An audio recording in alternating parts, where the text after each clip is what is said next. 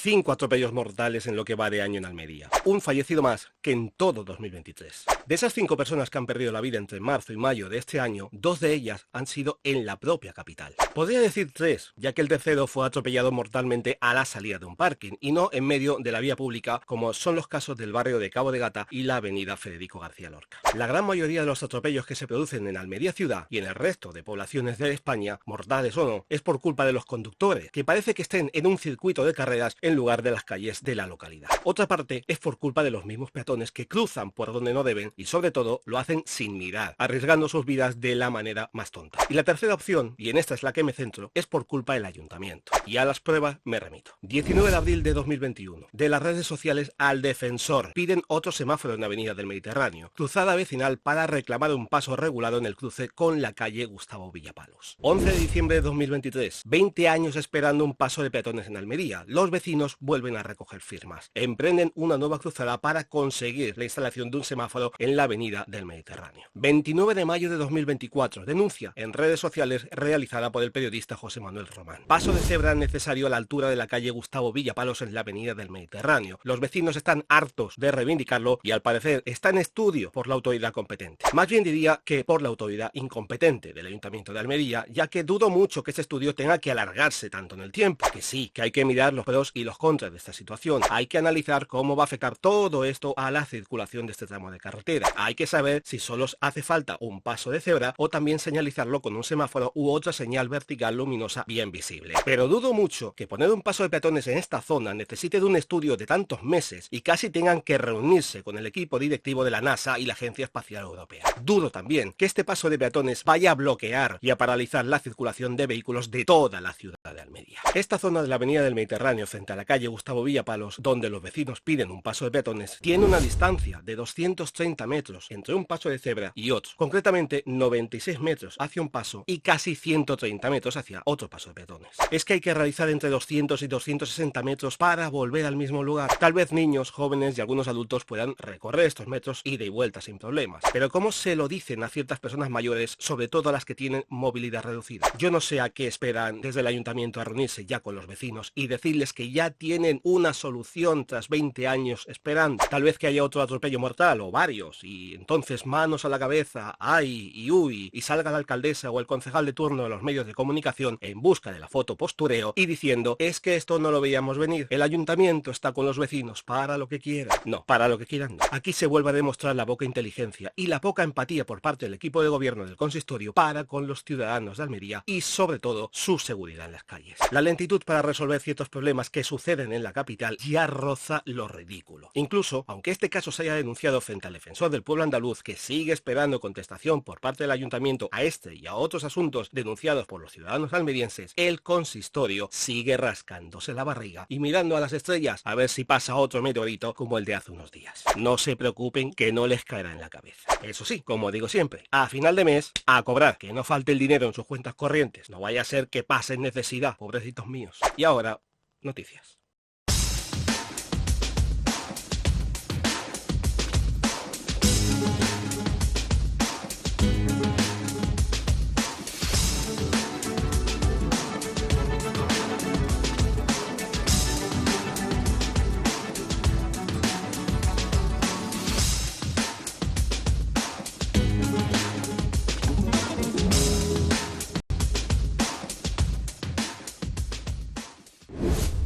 Comenzamos esta nueva edición con una gran noticia para la sanidad pública almeriense.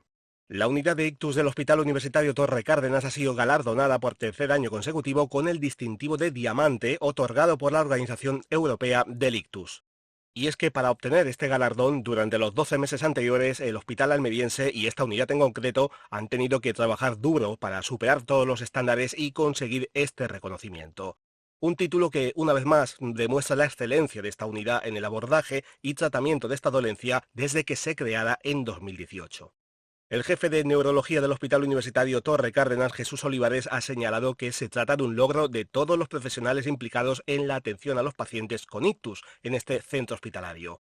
De esta manera, traslada su enhorabuena a todos ellos por el gran trabajo realizado, que demuestra una vez más que los pacientes afectados de ictus son tratados con los mejores medios y medidas de calidad posible. Por su parte, el director del centro hospitalario, Manuel Vida, también ha felicitado a todos los profesionales que forman parte de la unidad de ictus y ha destacado el trabajo multidisciplinar donde también colaboran en este reconocimiento las unidades de anestesia y reanimación, urgencias, cuidados intensivos y radiología intervencionista. De esta manera, Manuel Vida subraya que el Hospital Universitario Torre Cárdenas se convierte en uno de los hospitales más punteros de Europa en este tipo de tratamientos, además de ser el primer centro público andaluz en conseguir este galardón desde 2022. ¿Qué opinas sobre el reconocimiento recibido por la unidad de ictus del Hospital Universitario Torre Cárdenas? ¿Crees que este tipo de premios reflejan la calidad de la sanidad pública en Almería? Comparte tu opinión en comentarios.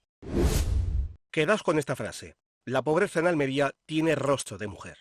Este es el mensaje final para el Día del Corpus Christi, con el que Juan Antonio Plaza, delegado episcopal de Cáritas, ha sentenciado la realidad de la pobreza en Almería. Una frase que ha destacado junto a la directora de Cáritas, Mari Carmen Torres Galdeano, y bajo el lema «Allí donde nos necesitas, abrimos caminos a la esperanza», durante la presentación de la memoria de 2023 de la institución social de la Iglesia Católica, que ha tenido lugar esta semana en la sede de Cáritas, que tiene en la calle Alcalde Muñoz. Nada menos que 22.812 personas han tenido que ser atendidas en Almería por los 802 voluntarios repartidos por toda la provincia.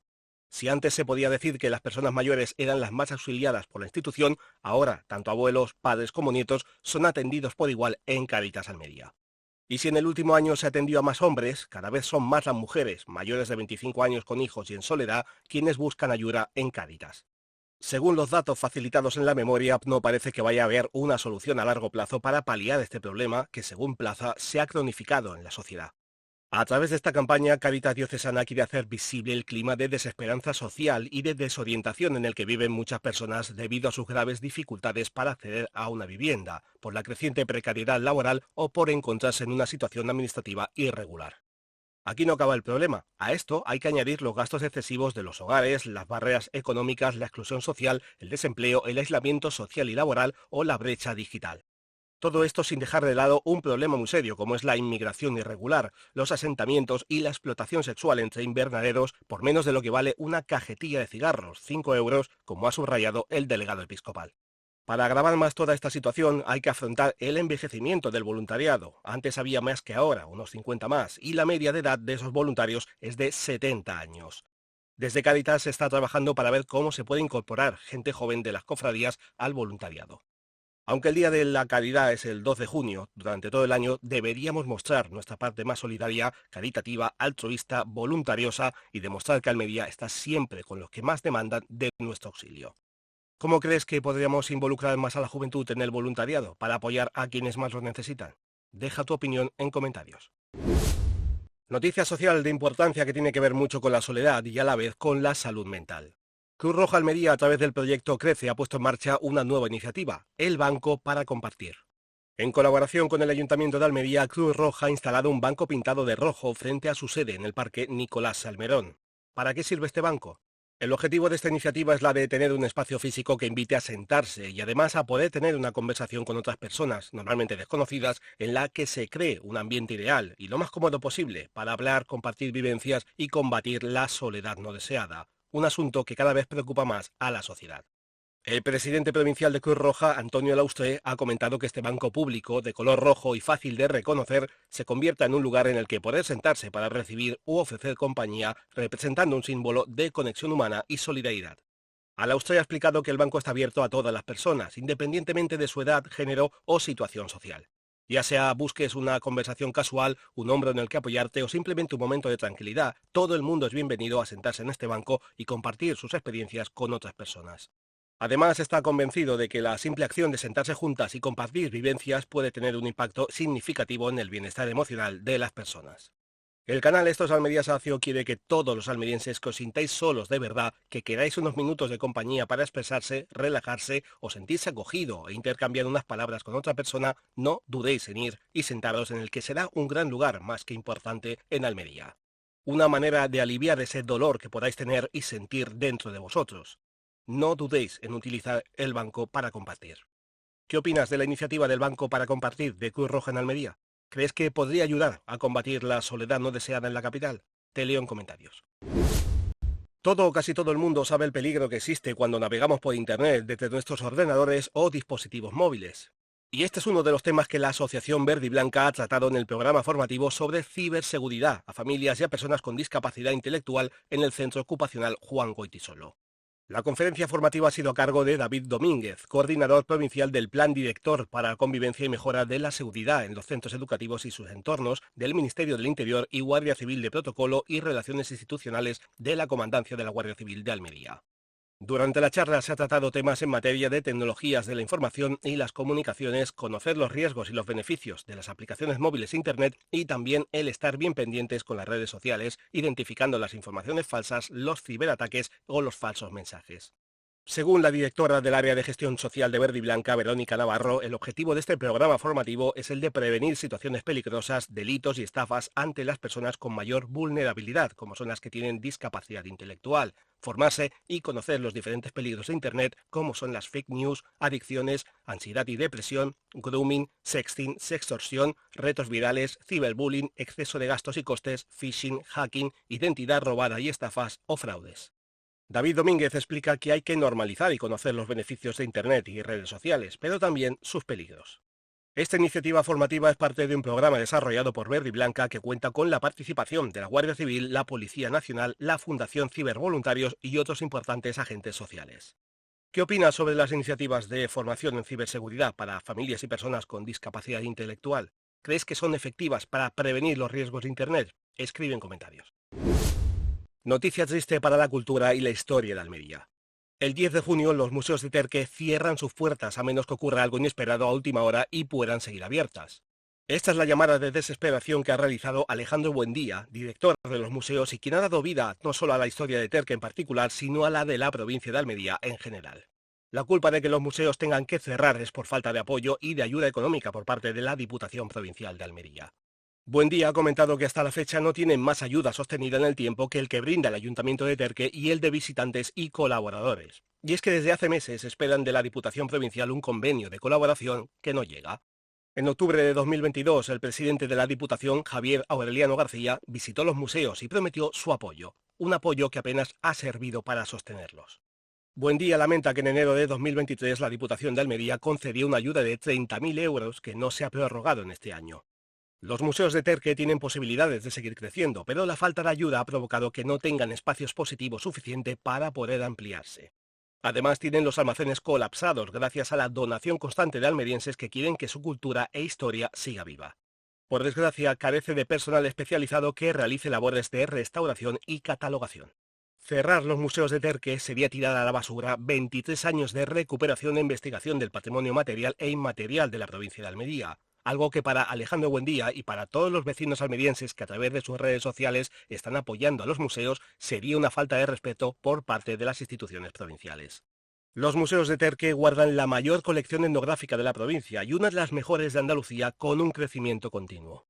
¿Qué crees que podríamos hacer como sociedad para evitar que lugares tan importantes como los museos de Terque tengan que cerrar sus puertas? Te leo en comentarios. Hasta aquí algunas de las noticias de esta semana. Si os ha gustado este episodio, dadle like al pulgar, suscribiros al canal y así ayudáis a que crezca esta comunidad. Si le dais a la campanita, recibiréis notificación cuando suba un nuevo vídeo. No olvidéis compartirlo. Si queréis proponer algún tema que os interese o denunciar algo de la capital o de algún pueblo de la provincia, enviadlo con pruebas y se hará llegar a quien corresponda esperando su respuesta. Aunque no contesten, la denuncia se publicará en la siguiente edición. Por supuesto, vuestra opinión sobre las noticias publicadas u otro tema será bienvenida, así que no dudéis en escribir en comentarios. Muy buenas a todos, sacias y sacios, gracias por escucharnos una semana más y hasta una próxima edición de Esto es Almería, Sacio.